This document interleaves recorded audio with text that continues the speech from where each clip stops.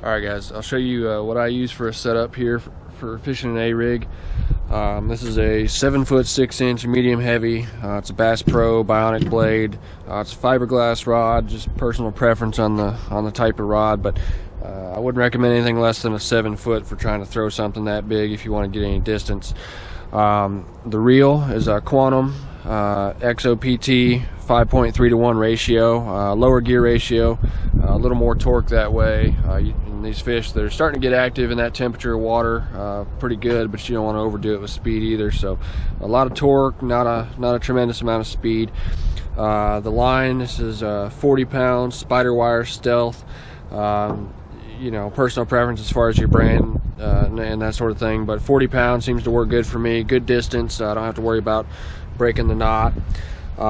These are Buckeye Lures 1/8 ounce, I think they call it their J-Wheel series light wire swim bait heads, and these are Bass Pro Shops shad, soft plastic shads here. So that's what I use. Hopefully that'll give you an idea to get started. Biggest thing is going to be your line. You don't want too light of a line because you'll snap it, so 40-pound braid is what I like, and at least a 7-foot rod minimum. Medium heavy or heavy action would be the best suited for this application, so keep that in mind. I hope that helps. So pay attention to the wind direction in this footage right here. Here's a better perspective. The wind direction coming in, hitting that point, splitting off into two directions, creates a bit of an ambush point for those fish. You can see the wind direction there going to that point that I was just referring to, and throwing the Alabama rig across that point where the fish should be set up to ambush. That wind is pushing those shad. Those fish are coming up from their winter spots and looking to feed as they get ready to spawn, and there he bites. Here you can see the location of the fish and the direction of my retrieve coming across that point to give you a perspective. So using that wind direction and that point to figure out the ambush point is something that's critical to fishing a bait like this.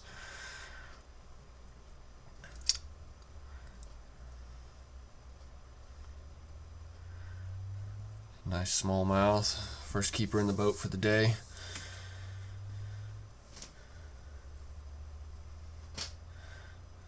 There's several factors to pay attention to. The seasonal factors, the migration, the spawning. These fish are coming up shallow, getting ready to spawn, moving towards the creek pockets. They're not totally shallow yet, but they're getting there. Water temperature helps determine depths. Right now we're in the mid-50s, or during this video we were in the mid-50s. Forage, they're feeding on shad and bluegill. Those are the baits, the fish that you're trying to mimic with this bait. And then your ambush zone, that goes back to the wind direction, the cover. Throw that bait where those fish are going to be trying to ambush their prey.